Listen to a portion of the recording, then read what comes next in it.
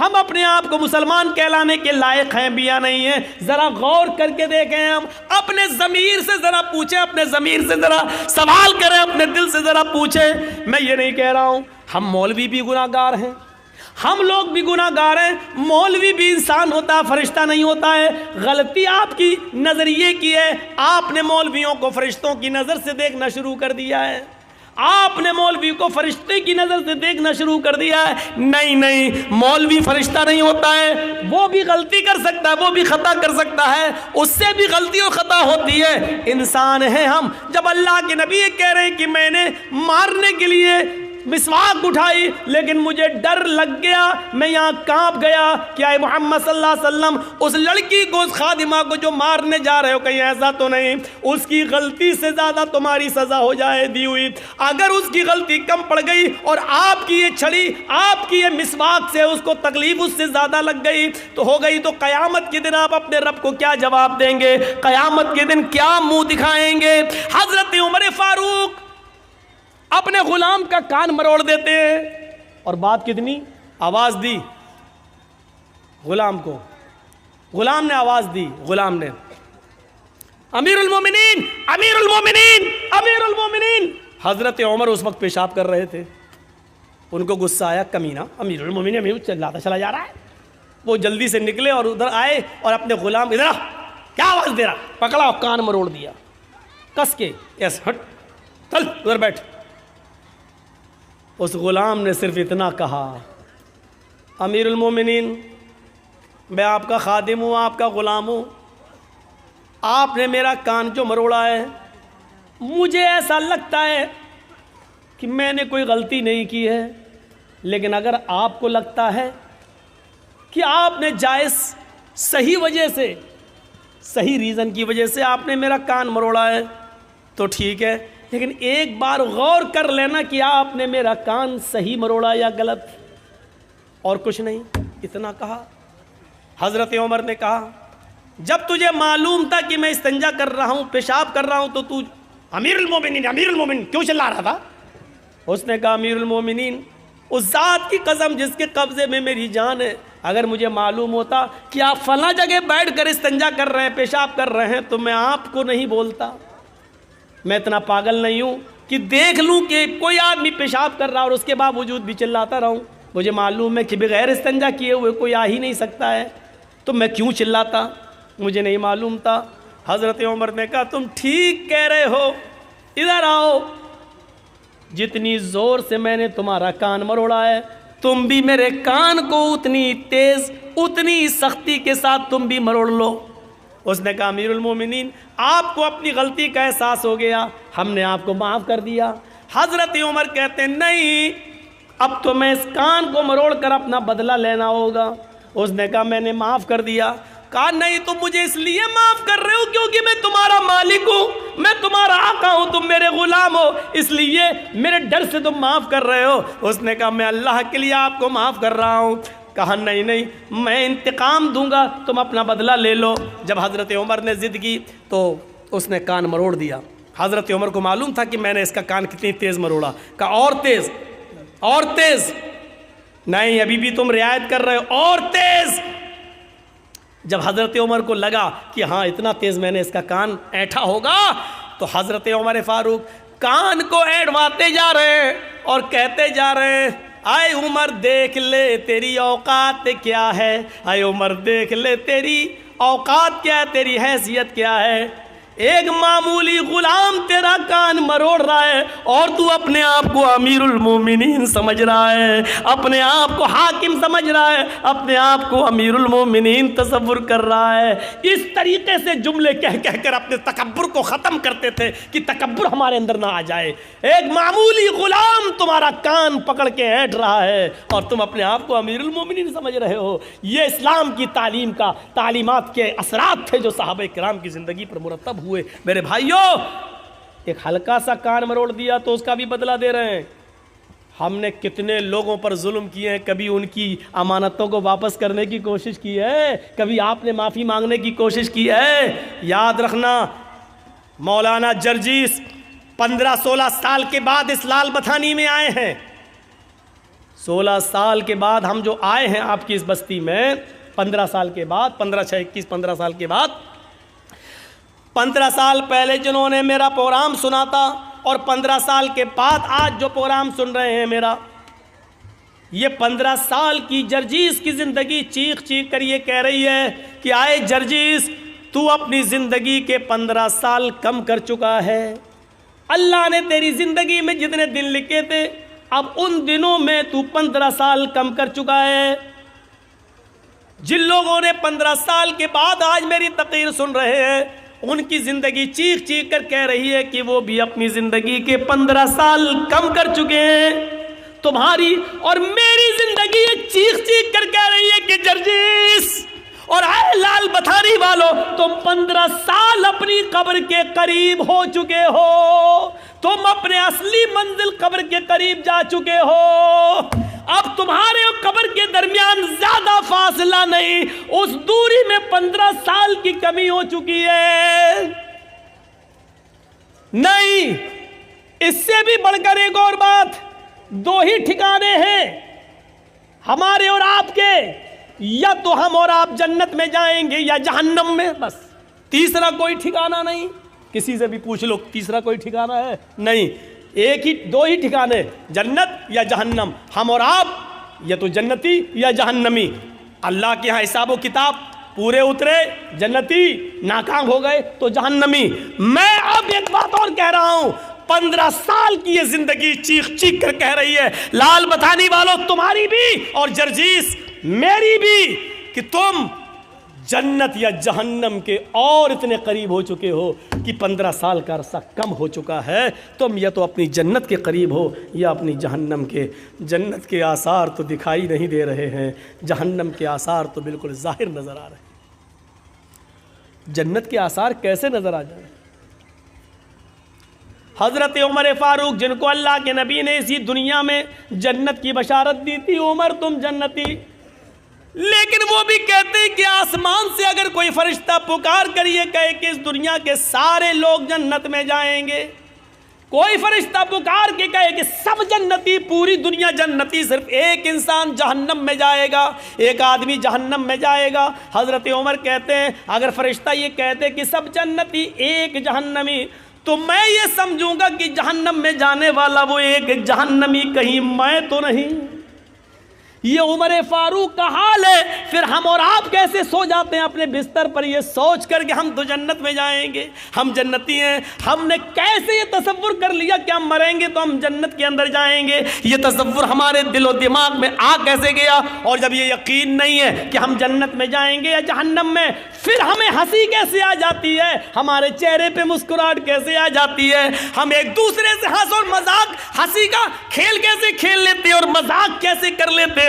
اللہ کے نبی جب جہنم کا دورہ کر کے آئے، معراج سے واپس آئے، جنت و جہنم دیکھ کر آئے، اس دنیا میں آئے تو فرماتے ہیں لو تعلمون ما اعلم لزہدتم قلیلا ولبقیتم کثیرا۔ لوگوں، میں نے جہنم کے جو عذاب کا منظر دیکھا ہے، اگر میں تمہیں بتا دوں، اگر تم جان جاؤ جہنم میں کیا کیا عذاب ہے، جو میں دیکھ کر آیا ہوں، جو میں جانتا ہوں جہنم کے بارے میں، اگر وہ تمہیں معلوم ہو جائے لَضَحِكْتُمْ قَلِيلًا وَلَبَكَيْتُمْ كَثِيرًا، تو زندگی بھر تم روتے روتے گزار دو گے، ہنسنا چھوڑ دو گے، ہنسنا بھول جاؤ گے، اور روتے روتے تمہاری زندگی گزر جائے گی، ہنسو گے کم اور رو گے زیادہ۔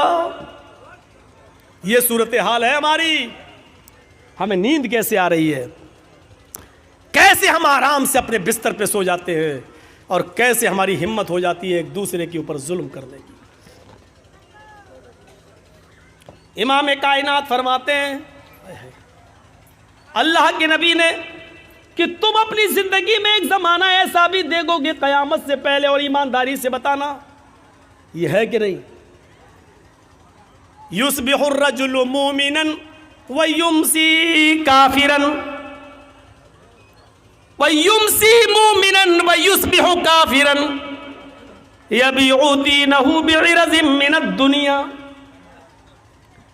اب سنیے، تم ایک آدمی کو دیکھو گے، آج ایسا ہو رہا ہے، ارے یہ لوگ جو جا رہے ہیں، یہ بڑے میاں کو جانے تو جلدی نکل لے، یہ سب شوگر کے مریض ہیں، بیٹھ جائیں گے پہلے، پھر ڈسٹرب کریں گے اٹھنے کو. اور ابھی جس کو اٹھنا اٹھ جاؤ یار, بیچ میں اٹھتے تو تھوڑا ڈسٹرب ہوتا ہے ہمیں. صبح کو دیکھو گے کہ ایک آدمی مومن ہوگا, اٹھے گا, وضو بنائے گا, فجر کی نماز پڑھنے جائے گا, فجر کی نماز کے بعد قرآن کی تلاوت کرے گا. یصبح الرجل مومنا, تم دیکھو گے کہ ایک آدمی صبح ایمان کی حالت میں کرے گا. ایمانداری کے ساتھ بتائیے گا یہ زمانہ ہے کہ نہیں.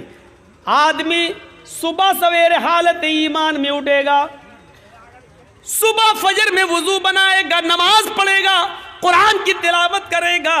یمسی کافرن, لیکن سورج ڈوبنے سے پہلے پہلے, شام ہونے سے پہلے پہلے وہ کافر ہو جائے گا. وَيُمْسِي مُؤْمِنًا يُصْبِحُ كَافِرًا, شام کو مغرب کی نماز پڑھے گا, قرآن پڑھے گا, عشاء کی نماز پڑھے گا, ایمان کی حالت میں رات گزارے گا, پوری رات ایمان کی حالت میں گزارے گا, دعا پڑھ کے سوئے گا, لیکن صبح اٹھے گا تو وہ کافر ہوگا. کیوں؟ یبیع دینہ بعرض من الدنیا, وہ دنیا کے چند سکے حاصل کرنے کے لیے, دنیا کے چند روپیوں کے لیے, دنیا کے چند ٹکڑوں کے لیے اپنے دین کو بیچ دے گا.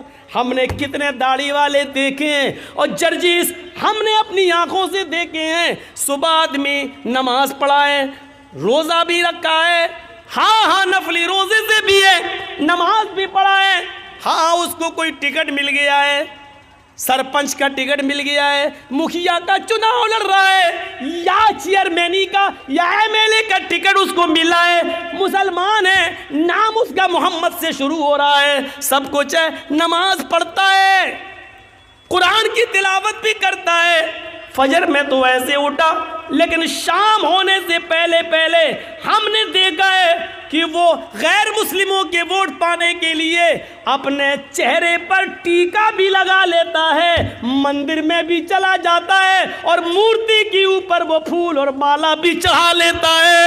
اللہ کے نبی فرماتے ہیں یبیع دینہ بعرض من الدنیا, صبح اٹھے گا تو مومن ہوگا, شام ہونے سے پہلے پہلے, سورج ڈوبنے سے پہلے پہلے کافر ہو جائے گا. وہ اپنے دین کو دنیا کے چند ٹکڑوں میں بیچ دے گا. دیکھ لو, اپنے علاقوں میں دیکھ لو, آس پاس کے ایریوں میں دیکھ لو, ایسا منظر آپ ایک نہیں 50 جگہ مل جائے گا. اور لوگ کیا, ارے صاحب ہندوستان میں رہنا تو کیا ہندو نیتا لوگ کیا رمضان کے مہینے میں ٹوپی نہیں لگاتے ہیں؟ تو آپ کیا چاہتے ہیں کہ وہ کر رہے ہیں تو ہم بھی وہی کریں؟ ہمارا ملک, ہمارا دیش اور ہمارے ملک کا قانون اپنے مذہب پر عمل کرنے کی ہمیں پوری اجازت دیتا ہے. ہاں دوسروں کے مذہب سے ہمیں نفرت نہیں ہونی چاہیے, لیکن آپ اس حد تک گر جائیں کہ حالت ایمان میں اٹھیں اور شام ہوتے ہوتے آپ اسی رنگ میں رنگ جائیں. صورتحال آپ دیکھ رہے ہیں, ذرا Mumbai high court, Maharashtra high court اور آپ اڑیسہ ہائی کورٹ وغیرہ کی کے ریکارڈ اٹھا کے دیکھیں اور وہاں کی سرکاروں کے نیم اور قانون دیکھیں تو آپ کو پتہ چلے گا کہ یہ کیا پلاننگ ہو رہی ہے.